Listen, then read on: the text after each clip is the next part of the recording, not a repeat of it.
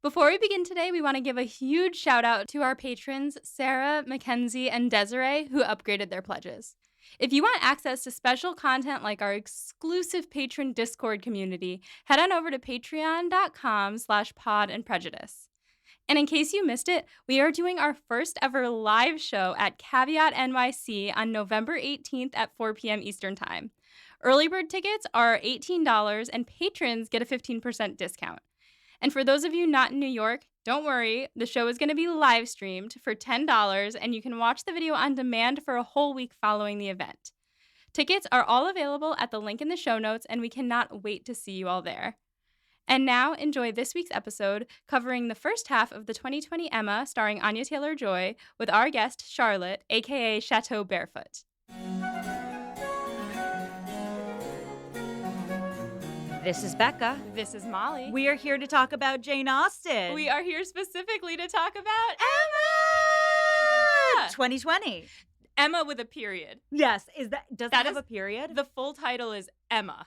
Oh, okay. So that makes sense for a lot of reasons we'll get into. But listeners, if you're new to this podcast, I, Becca, have read many Jane Austen novels and watched many Jane Austen movies through my life. And I, Molly, am doing that for the first time through this podcast. If you want to hear Molly read through Pride and Prejudice or Sense and Sensibility for the first time, you can listen to seasons 1 and 2 of this podcast respectively, but that is not what we're doing here today. No, today we are talking about Emma, period, 2020, and we are joined today by Charlotte from the Instagram account Chateau Barefoot and probably many other things. Hello, Charlotte. Hello. Welcome to our podcast. Or I feel like I me. shouldn't call you Charlotte. I should call you like Kira 2.0.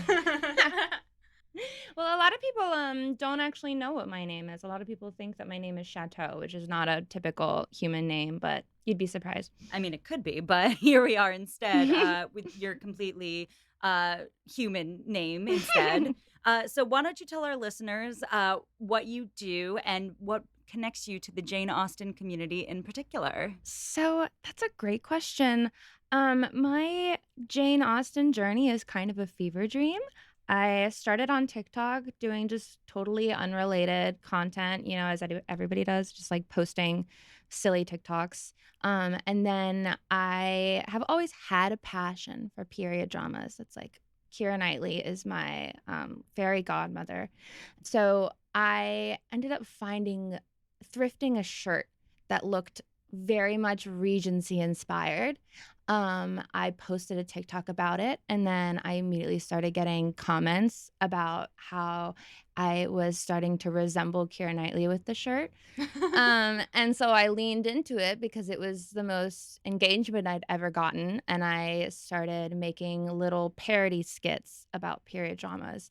I did this funny little bit for a while that I called Vine and Prejudice, where I quoted like really popular vines because I'm of the age where like Vine is very nostalgic for me, and I love to quote vines all the time, and so I would quote them with my best like Keira Knightley impression as if she was like doing a monologue or rejecting Mr. Darcy in the rain or something, but she's saying a vine instead. And that's what like first got me a lot of traction on TikTok was my Vine and Prejudice bit.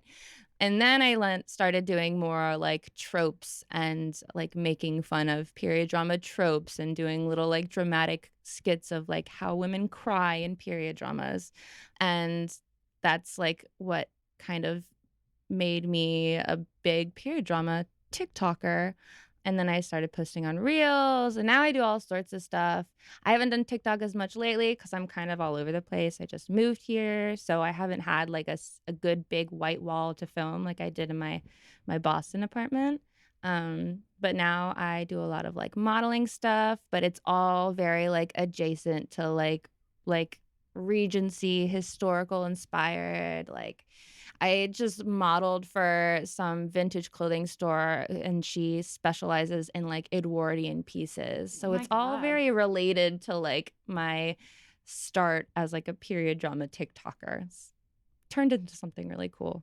Very cool. Very, very cool. Can you give us like a taste of your little Keira impression? Oh gosh, I feel like I need to say a vine or something. Oh, my first one that was really good. when it started the whole Vine and Prejudice thing. Have you ever seen the video of the guy arguing? Oh gosh, I'm gonna have to like remember what exactly he says. He's arguing about Mary Poppins, or He's arguing about Glinda the Good Witch. Yes, They're yes, playing yes, yes, yes, Heads Up, and he gets Glinda the Good Witch, and he's trying to like express why he's upset the person didn't guess Glinda from all the clues he was giving. And what gosh, what does he say? He says she wore a crown and she came down in a bubble, Doug. And so part of my impression was, and this is right off the cuff, she wore a tiara and she came down in a bubble, Douglas. That's so good. I teared up and I like was, over dramatic with it, and it blew up on TikTok. So that was my start. Amazing. Incredible stuff. For the listeners at home, this is an audio medium, but she instinctively like did the chin thing that Kira does. It jutted out a little bit. Exactly. Like the girl leads with the jaw when she's acting, so it's like a very like specific movement that happens as she's talking. It's also like I think related to her voice, but with that in mind, I guess we should walk right into the questions we ask all our guests about their relationship to Jane Austen, starting with, what is your relationship to Jane Austen? I like to think that Jane Austen she's my Jiminy Cricket, if that makes sense, as I am Pinocchio. So she is the little cricket that follows me around and is in the back of my head and like kind of leads me through my life. And so she is how I view romance and how I view womanhood and how I view nature and how I view long walks. I don't know. I would describe her as a cricket on my shoulder. Beautiful. Is that a good answer? That was so poetic. Yeah, that is a really beautiful Surprised answer. I could remember the name Jiminy Cricket. I'm impressed. Yes. So if you had to pick, our next question is, what is your favorite Austen content, whether that be one of her books or an adaptation, a spin-off, anything? It's so boring of an answer, but it's the 2005 Pride and Prejudice for so many reasons, though. Like I will defend this. A huge part of it for me is the soundtrack. It has I have such a guttural reaction to the soundtrack because I love music, and that's actually how I inspire like most of my video content is by listening to soundtracks and classical music and like closing my eyes and visualizing things. That's how I come up with like all of my ideas. And so something with such a beautiful soundtrack, it has a lot of variation in it. Like it has so many moods. So maybe just specifically the soundtrack from the Pride and Prejudice 2005, even though she had nothing to do with that. I have to say that even people, so we are big fans of the 2005 Pride and Prejudice, but even people who dislike the movie all say, but the soundtrack is really good. It's so good, dude. It's such a good soundtrack. I want to take a bath in it. Yeah. So the next question I have is, which Austen character do you relate to the most? I actually think I relate a lot to Jane Bennet. It's the whole, I'd like to think I was more of like a heroine, but I definitely am like a very shy, very quiet, won't reveal if I historically, I'm always devastated when my crush doesn't like me back. And then they're like, I had no idea you even like knew who I was. Like, I'm very conservative about my like romantic feelings about people. I'm obviously the most beautiful sister because I don't have any sisters. I would say Jane, personality-wise. That is the most relatable thing Jane Bennet has ever done, which is fall deeply for someone, get really butthurt when they reject you, and then find out that they never knew you liked them to begin with. Yeah. And then also, I have the immune system of like a kitten, so I will fall sick if a raindrop hits me. Yeah. Okay, so our last question for you before we dive into Emma period 2020 is what is your hottest Austen take? Okay. I actually I kind of fuck with Fanny Price.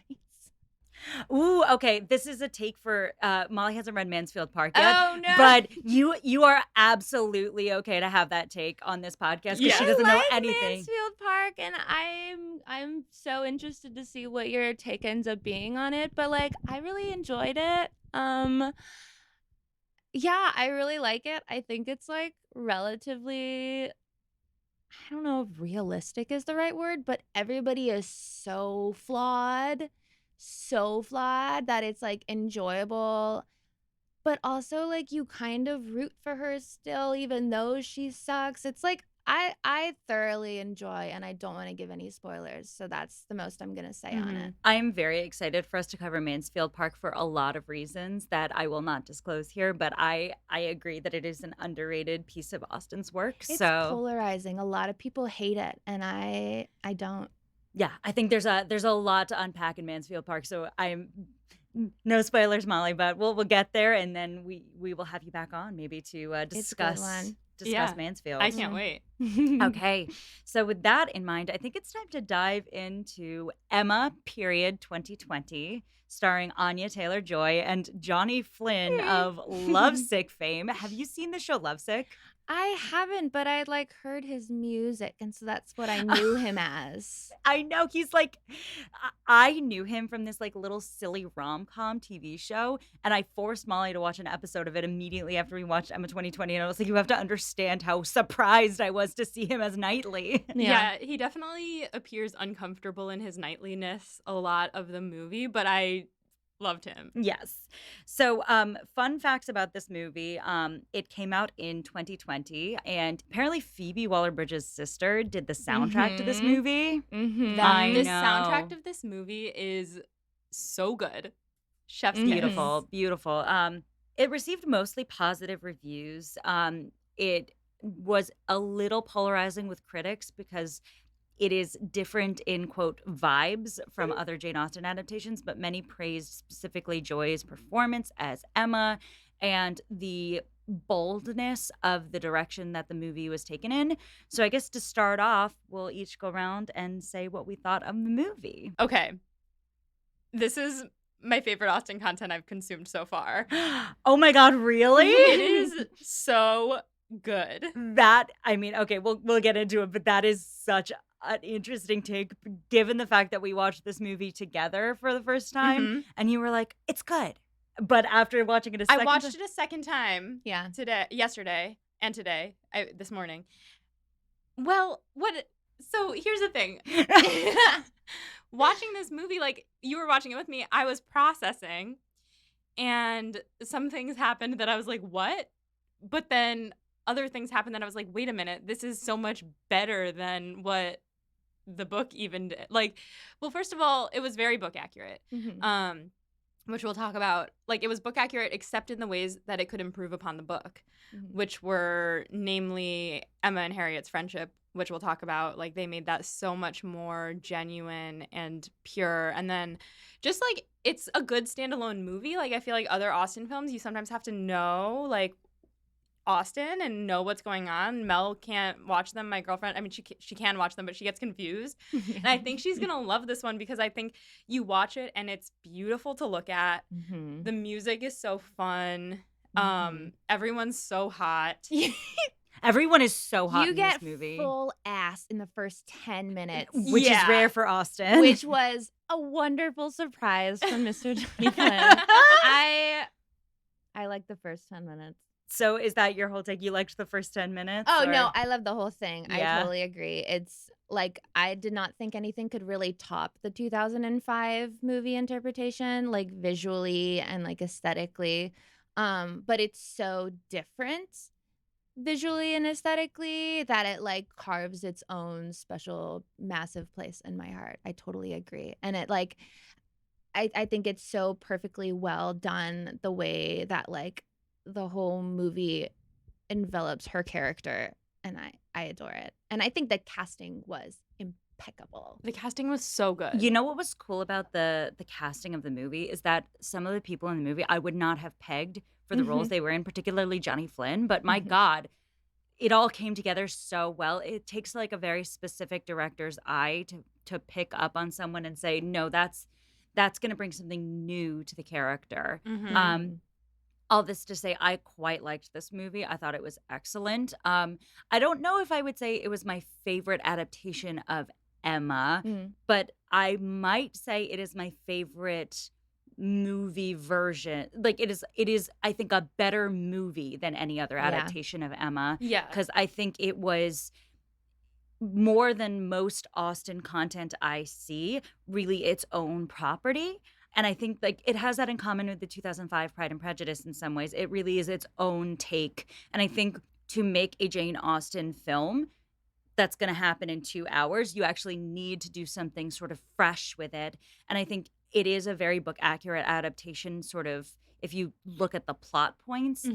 But it is in its vibes, in its aesthetics, doing something on its own. And I think that is to its credit. So are we ready to just talk about it? Yeah. Yeah. Let's do it. So we start out with Emma waking up at dawn to prepare for the wedding between her governess, Miss Taylor, and Mr. Weston. Poor Miss Taylor. And she is very particular about her flowers. So we like see this kind of picky, uppity girl coming out in this first scene, but then we immediately get this beautiful contrast of her scene with Mrs. Weston, or Miss Taylor at this point, saying how much she's excited for her to be in love and get married. Before we go into that, I just wanted to point out as well that opening shot where the title card comes up, where you have Emma carrying the bouquet of flowers to Miss Taylor / Mrs. Weston, and she's in the white dress and she walks down the hallway. It's such an obvious like bridal procession, but it's such a beautiful opening shot for the film. And it has the EM on one side of her and the MA period on the other side of her, which we should note that this movie is called Emma period. Emma. Have you mentioned that yet? I didn't hear you say that. I need to talk about it a lot because I was like, I have never spelled it that way. Like, why? What's up with the period? What do we think? Why? I think that it's an acknowledgement that they built upon it a little bit in its own way. I think that it's them not claiming to be like the perfect interpretation, even though it like was a really good interpretation of the book. I think that that's the acknowledgement that they took a little bit of liberty and they built upon it. Yeah, like this isn't Emma, it's Emma. Right. So then we get like an external shot of the house and we just hear, poor Miss Taylor. And Bill Nighy enters with a bang. Bill Nighy of not Bill Nye the Science Guy fame, but of Love Actually fame, of About Time, of Harry Potter and the Deathly Hallows. Yeah. He's what? Rufus Scrimmager. Oh. Yeah.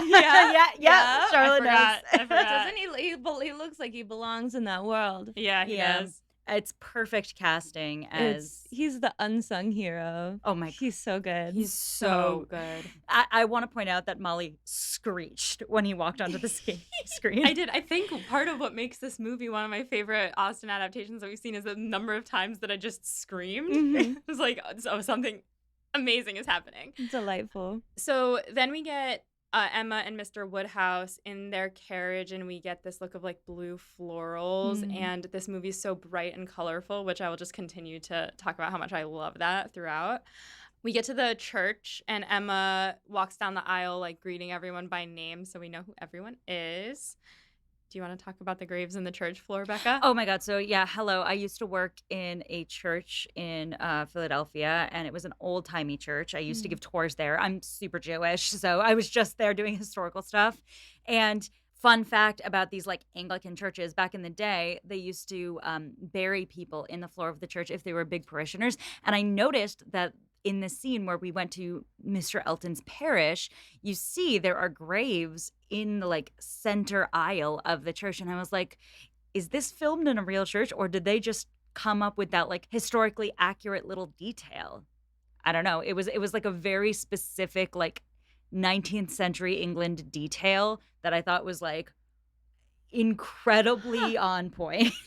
That is fast. So they're walking over the graves. That's the part that you walk on is where the graves are. Oh yeah. Yeah. Love it. Yeah. That's spooky. It's very spooky. Lots of haunting in old English churches.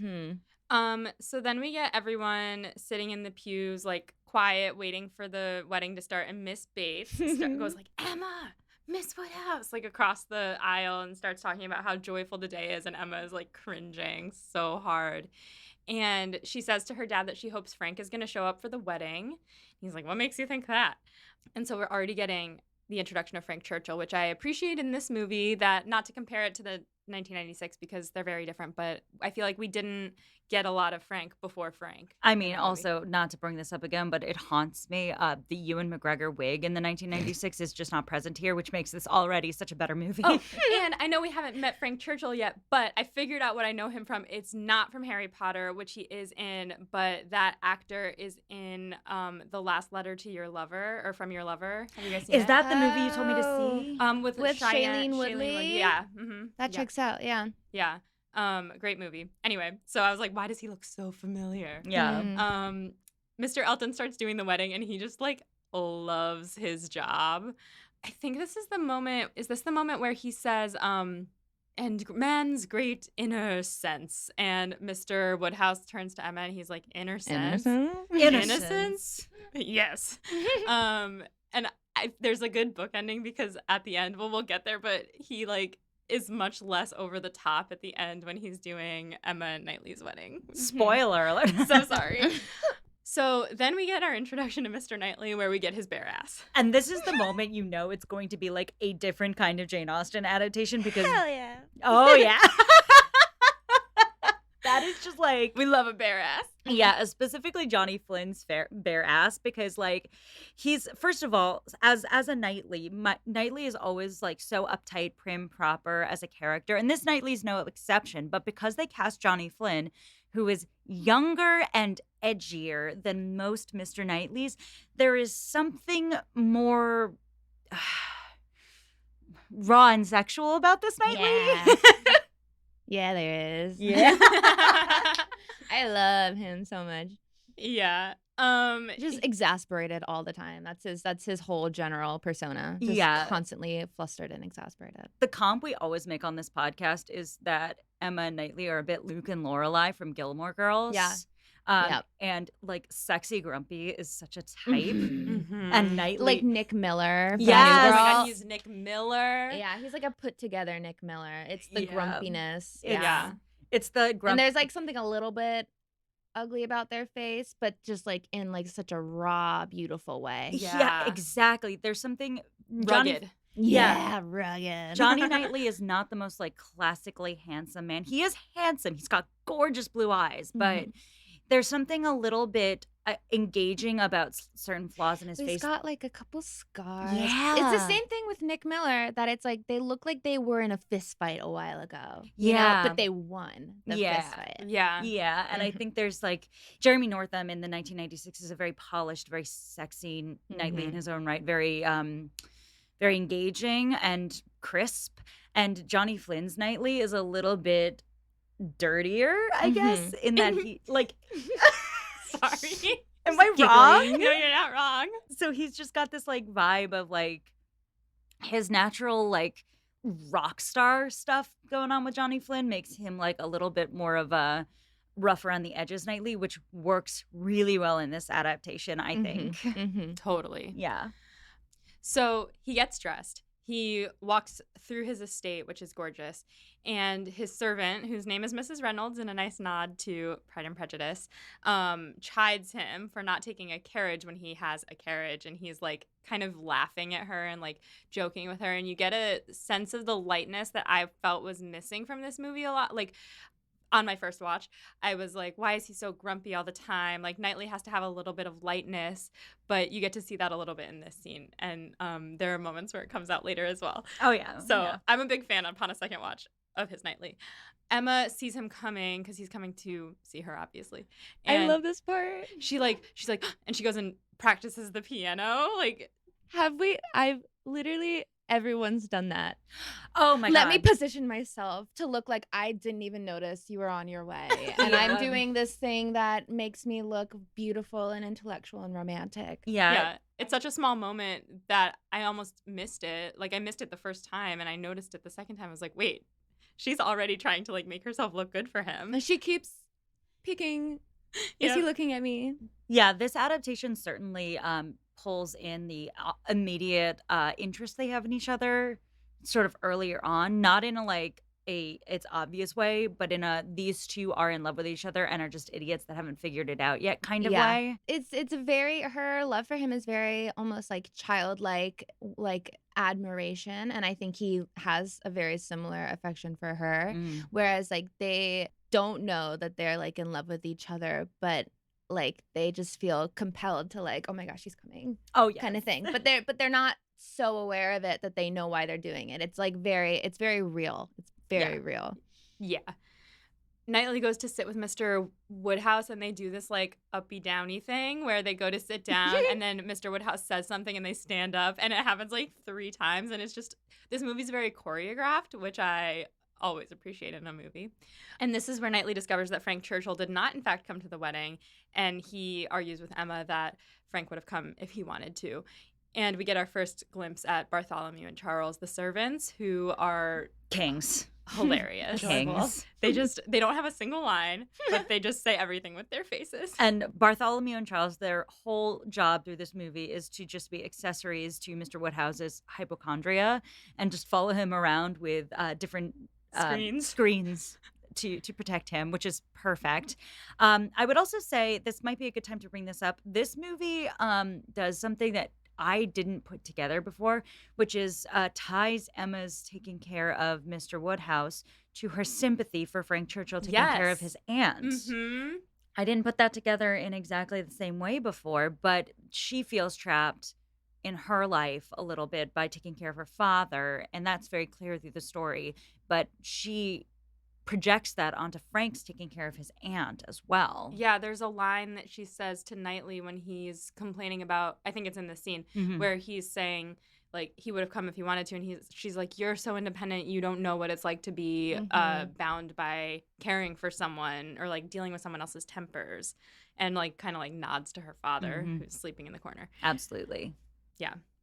So then we get autumn. Beautiful. I love the templates of the different seasons. It also helps break up the movie so clearly and beautifully. It paces it really well. Yeah, that's another great point because other adaptations of Jane Austen sometimes struggle with pacing, and this is a very well-paced movie. I was never bored. It never dropped the ball. It never gave me a scene that didn't give me some portion of the movie or the story. So Yeah. I think the season part helps a lot. And they really transition with the seasons too. They don't kind of have like an in-between. And each season, like the aesthetics start to match the mood of the season at the same time. It's so beautiful. So we start with Emma being dressed by her maids. And as soon as the maid leaves, we get our second butt of the movie. She just lifts up her skirts and holds her butt to the fire to warm herself. This was great also because you missed it the first watch around, and I was like, her butt came out, and you went, what? Yeah, because we were doing our watch party on Discord, so I was like looking at what people were saying in the chat, and I just missed her ass. Also, is she not wearing underwear? Is that not something that people do? You know, that's a good question. And I'm not the one to ask for that. I love the historical clothing world on TikTok, but I don't think that I am necessarily like a part of it in that I know facts and logic and reason. This is a really good opportunity to say our listeners, some of them are experts in historical they'll let you wear. know. You'll get comments, I'm sure. Oh yeah, we have the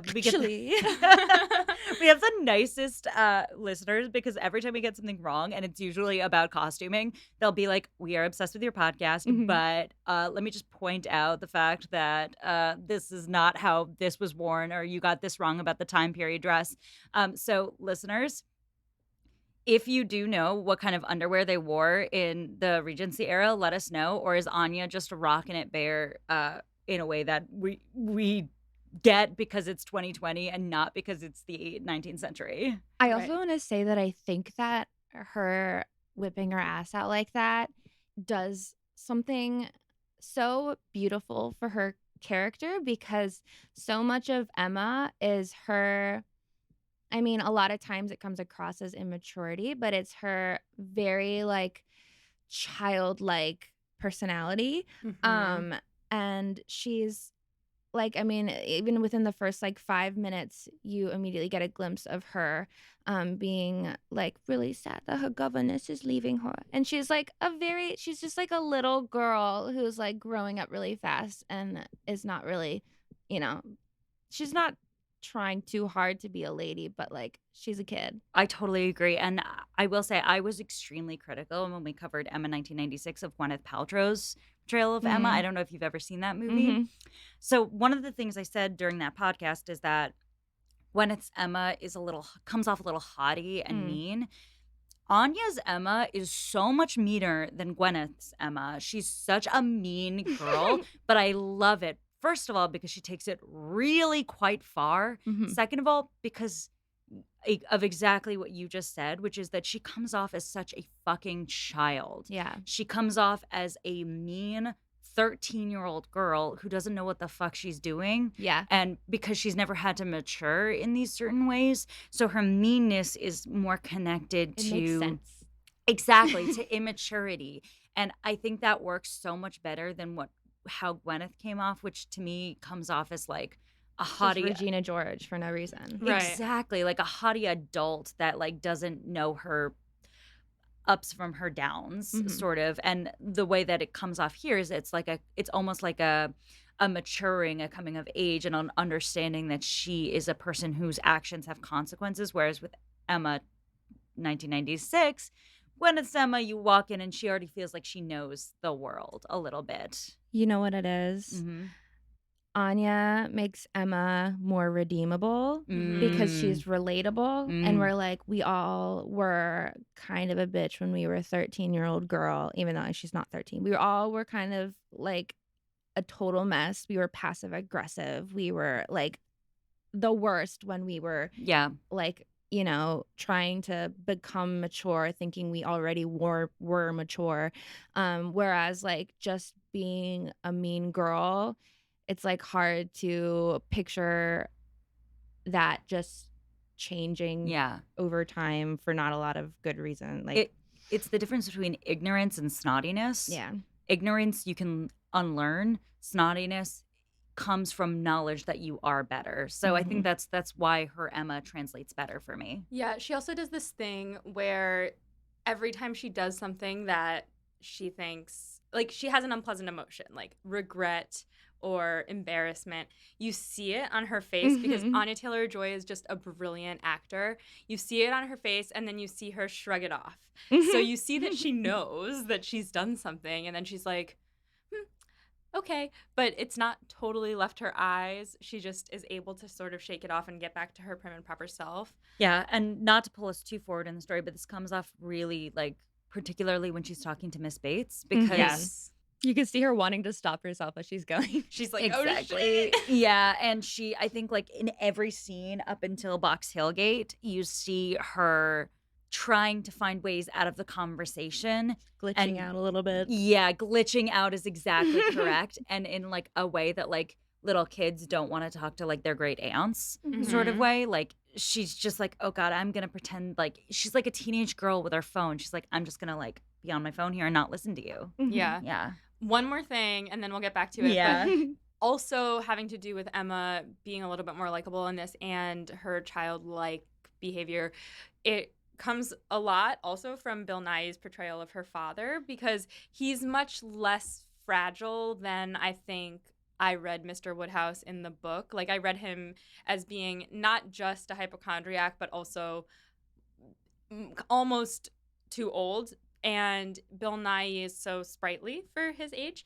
And he plays this relationship like he needs her to be his little girl, not necessarily to be his caretaker, but just to be there for him as his baby. Emotionally, not physically. Yes. Yeah. And I think her taking on this like caretaking role is more of her wanting to feel needed and as like feel like an adult and less of like him wanting her to take care of him. Yeah. Yeah. Totally.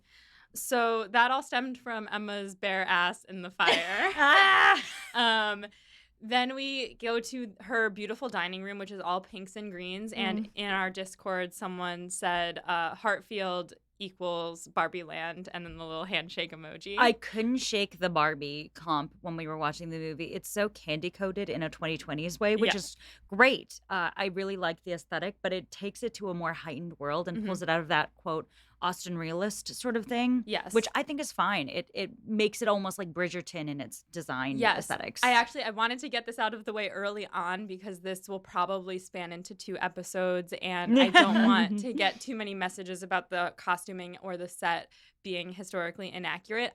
You can message us about it, but I don't care that it's historically inaccurate. I think it's beautiful. And I think that this is a piece of art, and the costumes are very much just that, costumes. Like, they're not going for historically accurate, so I didn't give 2 shits. Absolutely not. And I think that was kind of the point. They want to portray the world, Emma's world, and Emma's world is this heightened world of extreme privilege. And so it is over the top pink, sort of bright colors. She's the lady of the house. Exactly. It reflects her. I feel like I'm in Emma's little dollhouse. Highbury is her little dollhouse, and she's playing with her little dolls. And it makes for a movie where you feel like you are in this privileged world with Emma. We're not in a world where there's incredible weird classism and craziness. We're in this heightened little world of pretty romance and riches that Emma lives in. And because it almost does the unreliable narrator trick that the book does to the movie, because it just puts us in her place, her mind, her experience of the world. Yeah. So Emma tells her father that there's a new boarder at Mrs. Goddard's, Harriet Smith. Explains all about how she doesn't know who her parents are, blah, blah, blah, blah. And then we get Harriet, who is wearing this, like, red cloak, which all of the girls from Mrs. Goddard's wear.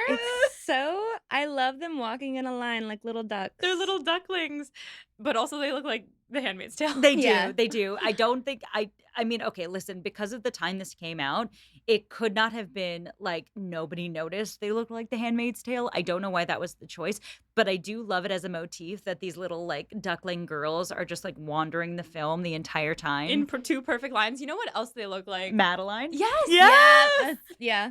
All right, I'm glad we're on the same page. Yeah. So Harriet is played by Mia Goth, and I was wondering why they shaved her eyebrows off. Those are just her eyebrows. That's just how she looks. So it works very well because it makes her look a lot younger than she is. Oh my God, yeah. She's actually older than me, which I was shocked to discover. She looks 16. I remember we were watching the film and Molly literally turned to me and she was like, oh my God, they did age-appropriate casting for Harriet and Emma. And I was like, yeah, totally. Because I thought she was like 18 years old. She was like 27 when they filmed that. Oh, yeah, I guess it was a couple years ago. She's 29 now. And how old is Anya Taylor-Joy? She's like my age, right? Hey, Siri, how old is Anya Taylor-Joy? 27. So she's 2 years older than Anya. Wow. Well, she played young very well. I was impressed. I know that some people were torn on the casting for her. I thought she was brilliant for Harriet. I thought she was perfect too. Yeah. Yeah, I thought that was an incredibly book accurate portrayal of Harriet. Just like so sweet, so lost, so doe-eyed. Naive. Yeah. I mean, honestly, I think the lack of eyebrows gives her this like very like constantly in wonder of everything around her and shocked and surprised, but like excited at everything. Yeah. I also, like, when I was looking at this movie, I was looking at the cast online and I saw pictures of her and I was like, I'm not sure about that cast for Harriet. Then I saw her in motion and she just has this smile and these dimples and this little, like, high-pitched voice where I was like, oh, God, I just want to, like, make you a bowl of matzo ball soup. I don't like... Oh, you're such a Jewish grandma. Like, I'm a Jewish each grandma. other's nails and braid each other's hair. Yes, and... they really felt like kids, like playing together a lot of the time, which I loved. She comes over, she's drinking tea with Emma, and we see her like watching Emma drink her tea and trying to do it the same way, which is perfect. And she starts to bring up Mr. Robert Martin, and Emma's like, quash that right away and let's go see Mrs. Weston. Robert Martin. So they go to Mrs. Weston's and Mr. Elton is already there. and they're looking at a painting of Enscombe, which brings up Frank again, so he's still present. And Elton is being very obvious and flirting with Emma, which in the movie adaptations, is just always so obvious, and I don't know how she doesn't catch on to it. Also, this Elton, there's a long tradition of Eltons in movies just being so simperingly disgusting from the get-go. Right. Ah, man. And this is the guy, I've forgotten the name of the actor, but he plays Charles in The Crown. Yeah. And he's just so hateable. I love his casting for Elton because he's got like the face that is like, objectively you look at him and you're like, that is a handsome face for a human to have. Mm-hmm. But there's something about him, and I think it's probably the way he carries himself. I'm sure in person he's like a gorgeous, handsome guy, and you can't find any flaws. But he plays Elton in a way that you're like, ew. Like, Yes. I don't like the way that you're moving your mouth when you talk. I know that like objectively he looks handsome. So it's very interesting and weird, and it works. The vibe he was giving off was like that greetings female. Yeah. sort of Milady. vibe. Milady. That He's is giving milady. He's giving fedora. Yeah. Oh my god. Oh my yes. God, Didn't he you is- say fedora? I said fedora while we were watching. Yeah. You and I are on the same wavelength. And Mhm. it's just so precise and so recognizable. So then Harriet and Emma leave, and on their walk home, Emma explains why she's never going to get married. And the next day or whenever, they're in a ribbon shop, and Harriet trying to pick out which ribbon to buy when they see Miss Bates, and Emma gasps like she's in a horror movie. And then we get this like intense Miss Bates theme come in, and Miss Bates comes in and like chases her around the shop, telling her that Jane wrote and Mr. Dixon saved her life and all this stuff, but she keeps getting distracted throughout the shop, and I was like, that's relatable content. She's like in the middle of a sentence, she's like, oh, where did I put my gloves? And then she goes to look for her gloves, and Emma walks away, and she's like, they were with the letter. She was missing the letter, and she's like, where did I put the letter? And she was like, they were with the gloves. Anyway, me. I don't know that Miranda Hart, that the actress, I don't know that she's ever been in another period drama, and I would have looked at her because she does.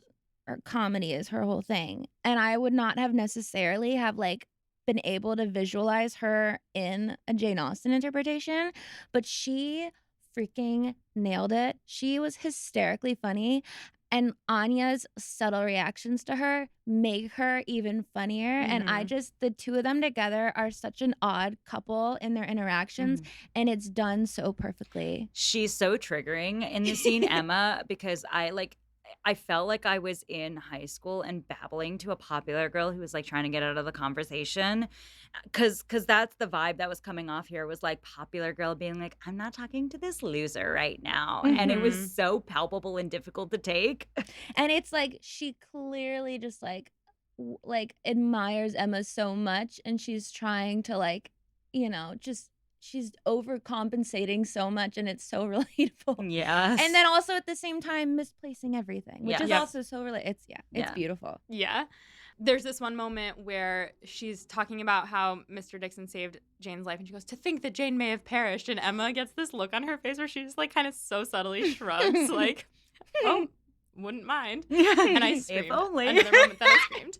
Then Harriet and Emma are walking home, and Harriet like squeals and is like, oh my God, it's Robert Martin. And Emma walks straight past, doesn't even look at him. And Harriet like doesn't notice that she doesn't even acknowledge him at all. And she comes over to Emma afterwards, and she's like, oh my God, what did you think of him? I'm like, Emma's not entitled to have an opinion after like not even going over and saying hello. Also, she wants her approval so bad. shouts to Connor Swindells, who plays Robert Martin Ugh. here. He's having a moment. The entire cast of Sex Education is having a moment. Yes. Yes. Because the girl, what's her name? Emma She was in the Mackey. Barbie movie too. Like, Connor Swindell was also in the Barbie movie. Yeah. The guy who plays Eric, whose name escapes me from Sex Education, he's also in the Barbie movie, and he's going to be Doctor Who. And also, the girl who plays Lily, whose name also escapes me, is in this movie as well, playing Mrs. Elton. Oh, right. Yes. Okay, right. Yeah, I yeah, know so- exactly. She's in Sex Education too. Wow. Yeah, I know, that whole cast. So if anybody hasn't watched Sex Education, Molly, you Beautiful. should certainly take a moment, because it is just, if anything, just a cast of extremely talented young British people. Uh-huh. Really like now dominating movie culture. Connor Swindells is amazing in this as Mr. Martin. You just love his little cherub face. He's so Yeah. sweet. so cute. He's very sweet. Then Emma convinces Harriet that Mr. Elton is in love with her, and that plants the seed in her head. We cut to Emma and her collar. There's this like Marie Antoinette neck thing that she's wearing. A lot of people in our chat hated it. I thought it was kind of fun. I loved it. Like, it's a look. It's camp. I wouldn't wear it, but Right, but Emma would. It's a movie. I totally would. Yeah, there you go. I'd wear that in a TikTok. So she's wearing this collar, and Mr. Elton is admiring her paintings and saying, like, oh my God, you should paint Harriet. And Emma and Harriet are having this, like, ooh, he likes you, he likes you. And she paints Harriet, and it's like, you know, mediocre. Fine. And Mr. Elton is like, this is the best thing I've ever seen. And Mr. Knightley says, you've made her too tall. And it's that classic between the interaction. suck up and the bickering. Yeah. Then we get a scene of Mr. Knightley and Mrs. Weston arguing about whether Harriet is a good friend for Emma. And this is a scene that I don't think was in the last adaptation that we covered, but that was in the book, and that I thought was important because it like shows him like wanting Emma to be challenged by someone. And then Which I think is so important to his love for her and his wanting to see her grow, because he sees her as a person with so much potential, and he knows she's a good person, and he wants to see her at her best. Yeah, I agree. And then we get Knightley and Mr. Martin hanging out, and I was a little bit confused as to what happened here, because they were talking about you must always buy in the off season. Did he buy his land? Because I know he was a tenant farmer. I don't think he's buying the land off him in this moment. I think he's they're talking like financial investments and advice. Okay. So I think Robert Martin is buying something. I don't know that it's land from Mr. Knightley, but he's asking Mr. Knightley for financial advice here. And then he asked him for personal advice as well. Which means that, you know, they are bros, and Mr. Knightley adores Mr. Martin and wants the best for his bro. Yeah. Yeah. He sees him as an equal. Yeah. Or treats him as an equal. Yeah, I don't know that I would say that he sees him as an equal, but he certainly treats him with an immense amount of respect. Yeah. Which I think is crucial to how dumb Emma's being about Robert Martin. Yes. He sees him as worthy. Yeah. Yeah. So he, of course, proposes to Harriet, and Harriet comes to Emma for advice. And what I loved about this is that in this scene in the book, and also in the last adaptation of Emma that we watched, Emma very heavily leans on the, like, I'm not going to tell you what to do, but I wouldn't marry him. And in this one, she just says the words must be your own and kind of like looks away. And Harriet says, you want me to refuse him. So like she kind of comes to that conclusion a little bit more on her own. And then Emma says, well, if you're in doubt, you should, but I'm not going to try to persuade you one way or the other. It just doesn't feel as much like she's pushing for her way. It's much more subtle, the power over Harriet that she has here, because in the 96 adaptation, you see Gwyneth Paltrow press her forehead into Toni Collette and be like, you're gonna refuse him or accept. But here it is exactly how, like, quote unquote popular girls actually operate when they want something. It's, oh no, you I didn't say that. Exactly. I didn't say that. I never told you to refuse him. Yeah, right. No, you did that yourself. I don't know what you're talking about. But in this way, like, she actually does, like, in the book, the line is the refusal, like, it's your words how you're gonna refuse him. Like, she just assumes out loud that she's gonna refuse him, and in this one she doesn't do that. And I just think that I mean, I might be being too nice to her, but I think she's just being a better friend to Harriet here. Oh, I think she's being worse. Oh, I think she's being so much worse. Yeah. because in the book it's more of like, well, I'm assuming that you're going to refuse him because, like, logically you have to. But in this one, it's like, well, she's like torturing her with it and then like dragging it out instead of just being honest and being like, I think you're too good for him. Yeah. I think it's subtly done but meanly done here? Yeah, I don't know. I mean, it's definitely subtle. And I think that this Harriet is a little bit smarter than Harriet in the book. Oh, yeah.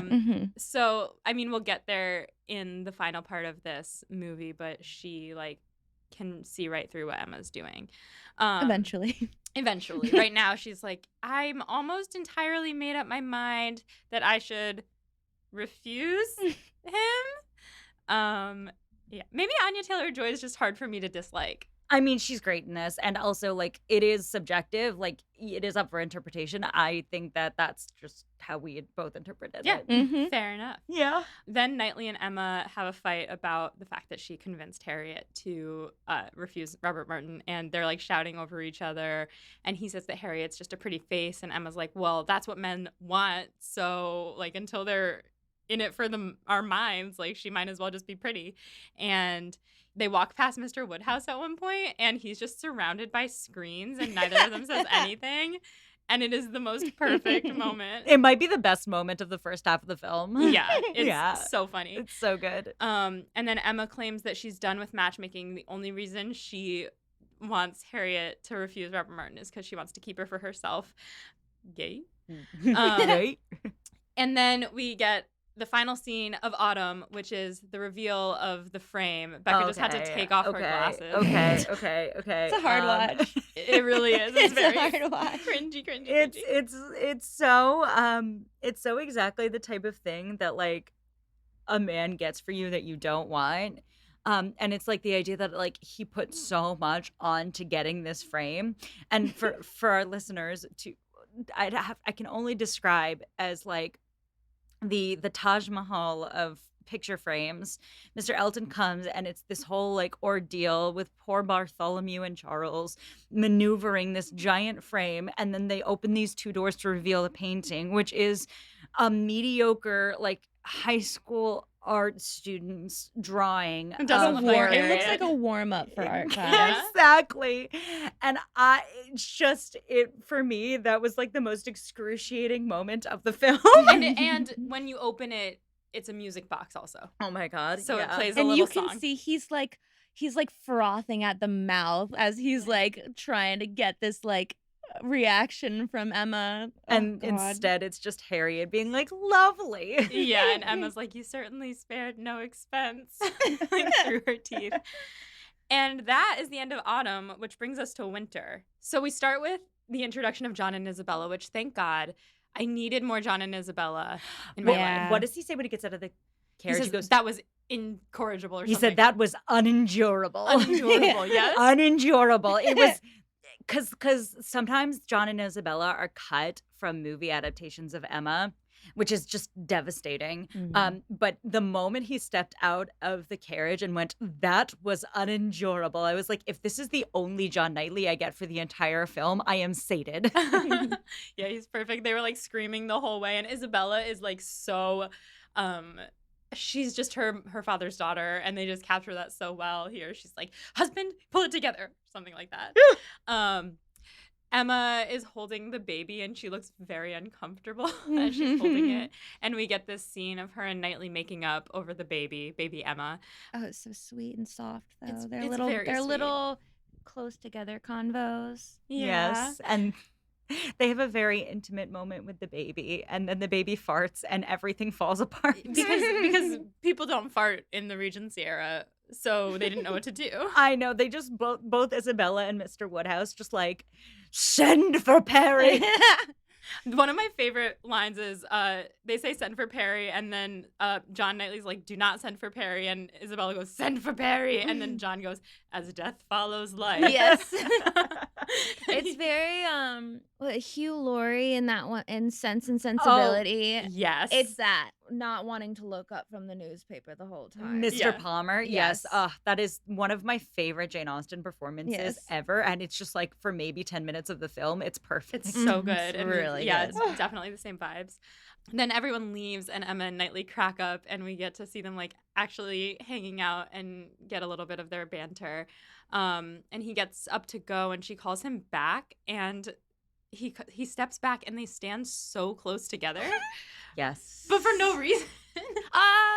For me, they did Yeah. it for me. Oh, yeah. That's why they did it. Totally. I mean, for sure. Yeah. What does he say to her at that point? It's the lines from the actual book where they make up, and then she asks if Mr. Martin was very disappointed, and then he says, "A man could not be more so." Yeah, Exactly. Yeah, and he says it was so much feeling that Emma has to know how disappointed Mr. Martin was. And then she has to shake off that feeling because she's got work to do Right. with Mr. Elton. Yes. She goes to see Harriet, who is sick, and she says she's always sick on Christmas. And she's so sad that she's going to miss Mr. Elton's sermon because she always writes down his sermons in this little book. This was so sexy for no reason. The thing with the book? Really? The No. way Harriet was laying in the bed. Yeah, no, Harriet. Oh, No, no. her copying the sermons. No, not her. Well, kind of her copying the sermons. What I specifically mean was her describing how she copied the sermons. She bit her lip. She was sweating, and she held the book in a certain way. And I was She's like, feverish. Yeah, she did a little giggle. She was like, I was like, girly. I've heard his sermons. They are not sexy. What's happening here? yeah, it was a little weird. Yeah. Well, it's very relatable because it's like she is making up this character of Mr. Elton in her head, and it's a character that doesn't actually exist. Doesn't Right. quite match reality, but she's infatuated and has this fantasy in her head. Oh man, That is imagine. very relatable. Mhm, Imagine being mhm. infatuated with the dude who got the door opening picture frame. Yeah. How embarrassing. It is embarrassing, and she only liked him because of Emma. So Emma agrees to transcribe his sermon for her, and then we cut to the party at Randall's. And I've been thinking this the whole time, but I'm just gonna bring it up now. Mr. Weston is the hottest man in this film. Oh my God. Okay, we need to talk about this because I don't know if you noticed this, but he is so hot. And we didn't talk about it until this scene where we were both like, We were like, wait a minute, is he daddy? is he daddy? I did not have that same reaction, but I totally can see why you might. Okay, listen, we love a supportive man. Yeah. He's so sweet. He's such a good husband. And Uh-huh. also silver fox territory, those He's big he plays a cop in Sherlock, and he's hot as the cop in Sherlock, so I can see how that would translate. I was So- just looking him up to see what else he's The actor is handsome. What's his name? done. Rupert Graves. Oh yeah, everyone. Oh my God. He's so hot. Show me a picture. Show me what you're looking at right now. This one. I mean, I guess. Listen, we respect. Yeah. we Okay. on Pod and Prejudice respect all opinions Yes. here. We both had the immediate instinct of thinking this man was extremely sexually attractive. All right. But we also, not we. I also thought that Mr. Bennett was sexy. I mean, yeah, Daddy No. Bennett. Yeah. Lest you actually have respect for Molly's opinion on this, this was book Mr. Bennett that she had a Yeah. crush on, in the okay. actual book, not Yeah. Donald Sutherland. Gotcha. Well, I did also think that the 1995 Mr. Bennett was cute, but he's not as cute as Rupert Graves. Rupert Graves is very handsome. Anyway, we could really spiral about this. Anyway. He was a circus clown out of school. Wow. You're drawn to some strange dudes. Yeah, well, we've already established A that. circus clown. Anyway, Mr. Weston, Daddy. Daddy West End. So we learn that Frank is not coming to this party, and Emma goes to a room by herself to read his letter, and Knightley follows her, and they fight about Frank. They really fight a lot. In a dark room. Yeah, this is one of the darkest scenes in the movie. The movie's very bright. At dinner, Elton keeps looking at Emma, and she starts to notice him looking at her, and she's like, and she doesn't like that. And everyone starts talking shit about Mrs. Churchill, and Elton's trying to contribute to the conversation, and he's like, oh, what seasonable weather we're having. We might get snow tonight. And The everyone immediate panics. panic. It's so good. It's so sudden and so good. And they're in the middle of dinner. Poor They Westons. clear out so fast. It's impressive. Yeah, it's just the moment that both Isabel, it's like you could hear a pin drop. It's like they flipped the table. Exactly. It's like someone dropped a baby. I mean, it's like Yeah, it's like a baby farted. Yeah. yeah. So they all run out. We see John say, well, fortunately, we have more than one carriage. So if one is blown over by the wind, and he's just not having it. He's not surprised either. No, He's like, oh, okay, we're leaving. Yep. I feel so bad for the Westons, though, because it's like the middle of dinner, and Mr. Weston says, I guess it's a good thing that Frank didn't come to Christmas. Yeah. Then Elton gets in the carriage with Emma, and we get our terrible proposal scene. He, like, unties his cloak before he does it. Oh, my God. My knees are like going numb thinking about it. It's very gross. We see, like, the dawning on Emma's face of, oh, shit, he never liked me. He liked Harriet. And she's, like, her eyes are darting back and forth. And I almost felt bad for him because she was pretty harsh in her refusal. But then he's like, driver, stop the carriage. And she's like, Mr. Elton. And he just, like, throws a temper tantrum. And he's like, driver, stop the carriage. And he's, like, stomping on the floor. This is actually, I loved this scene. I didn't love the scene. It's never a pleasant scene when Mr. Elton is refused. But I think this scene actually captures what it's like when you refuse a man like Mr. Elton. Yeah. Because it's all that cheesy greetings, my lady, for a little while. And then suddenly it's anger and it's scary. And that is, I've never seen an Elton scene that's scary before. And I appreciated it so hard. Yeah, and these men are dangerous. Yeah, and the way he slams his fist on the roof of the carriage, it's unbearable. Yeah. Ugh. And it's such a common experience that I can't think of another time I've like witnessed it portrayed on television or a movie where I like watched it and I was like, oh yeah, like that's totally what it looks like and feels like. Mm-hmm. And then it's like kind of like shocking to realize that like, oh, I don't think that this has ever been really portrayed before so accurately. Right. Oh yeah. This is normal. Like this is what happens. It Yep. shouldn't be, but it is. Yeah. Absolutely. It's also so specific. Like everyone's been in that carriage. Mhm. Everyone who's been hit on by a straight man has been in that carriage. Yeah. Mhm. And you Yeah. can't escape and you Yep. can't get out and you're like, Yep. Yeah. And that's the good news is nowadays the carriage hitting can sometimes be over phone, and in those circumstances that's when you block him. Mhm. Yeah. So Emma goes to tell Harriet, and she walks in on the Goddard ladies playing this game, which I Googled. They have flour in a sandcastle mold that they put upside down, and then they put a coin on top, and they take turns cutting the flour, and the last person to cut the flour before the coin topples has to stick their face in and pick it up with their mouth without laughing so they don't get any flour up their nose. It's called bullet pudding.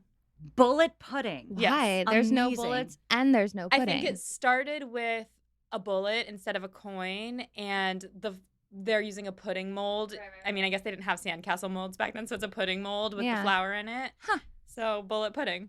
I also love this because this adaptation is the only adaptation of Emma I have seen that actually takes the time to show you Harriet at Mrs. Goddard's and what that world is like. And I think what it does is not only gives you this warm, enriching picture of how Harriet lives, but it also really contrasts Harriet's life with Emma's life, Mhm. because Emma lives in this really bright, wealthy manor alone with her father and with grim Mr. Knightley. And then you have Harriet, who's in this world of little girls and like silly games and sort of humble loveliness that tells you that Emma has no idea what's going on in her friend's life. Yeah. And it shows that Harriet's perfectly happy and doesn't really like need to be saved Mm-hmm. Yeah. because she has friends and they seem to all appreciate and love her. But Emma still is like, oh my gosh, I can't believe you're living like this. Ugh, I know. She like looks scandalized. Playing games. Then Emma tells her that Elton never loved her, and Harriet is like, I don't blame you. But then she tries to burn the painting, and Emma's like, well, don't burn the painting. Like, you can burn the frame, but keep the painting. And Harriet doesn't seem to want to keep the painting because it's not, I mean, Yeah. good. And Emma's like, well, I'll keep the painting. She wants to keep it for a painting of her friend. And they have a sweet little moment there. Yeah. And then Isabella leaves, and Mr. Woodhouse looks a little bit sad. And Emma's like, what's wrong? And he's like, you must promise you will never leave me, Emma. And Yeah. you're like, don't say that. It's very sad because it's this moment. Like, that's the thing about Emma as a character, because, I mean, the book opens with a line about how little hardship Emma has faced in her life, but she is stuck in Highbury. It's the reason she, like, makes everyone around her her little playthings because her world's very small and her whole world is just Highbury and the people there because of her father. It's, it's in Well, little moments like that too is like you see why Knightley loves her, and like you see what he sees in her in those Yeah. little moments, and you're like not so shocked that he like seems to love like this childish, immature, Yeah. kind of mean girl. Yeah. It's like, oh, this is what he sees and the potential he sees. Yeah. So that brings us to the end of winter, which will also bring us to the end of this episode of Pod and Prejudice. Charlotte, thank you so Yeah. much for joining us. Thank you for having me. I'm Yeah. having a blast. Yay. So before we go, do you want to just plug some social media? Yeah, I'm doing mostly Instagram stuff right now, but I'm hoping I'm almost done furnishing my apartment and I can get back to doing some video content. But on all platforms, including Pinterest, I am Chateau Barefoot, which Chateau is French, so it's spelled a little funky, but Chateau Barefoot on all platforms. And I have link trees that lead to everything else in my bio. Perfect. I have to say that when I think of your handle, where I imagine that it comes from, which is probably not accurate, is that, well, Chateau means castle and Barefoot is a brand of wine. So I assume that it's for Barefoot wine and you're a castle of Barefoot wine. Okay. You just got so close. Oh my God. Typically, people don't understand it. It was an inside joke I made with myself because I was living alone. I'm just going to give you the lore real quick. Do. I was living by myself, getting my master's degree in psychology at peak COVID in 2020, 2021, going a little insane. And my little treat when I would venture out all masked up to the grocery store is I could get like a $5 bottle of wine. I've always wanted to live in a French chateau, and they're typically named after the wine that they create. And so I was like, well, your girl's on a budget. So if I had a chateau right now, it'd be Chateau Barefoot. That's exactly Yeah, what it she is. got it. She got it. You nailed it. Wow. You're the second person ever Oh to my like God. make the connection to wine. So Quite. there you go.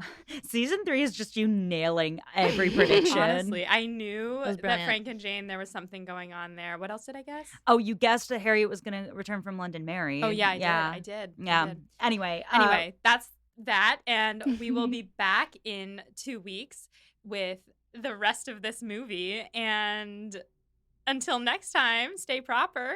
and find yourself a boy whose bare ass looked like Johnny Flynn's. Yeah. Or a girl whose bare ass looks like Anya Taylor-Joyce. Yeah. Ooh. Oof. Keep it warm. Yeah.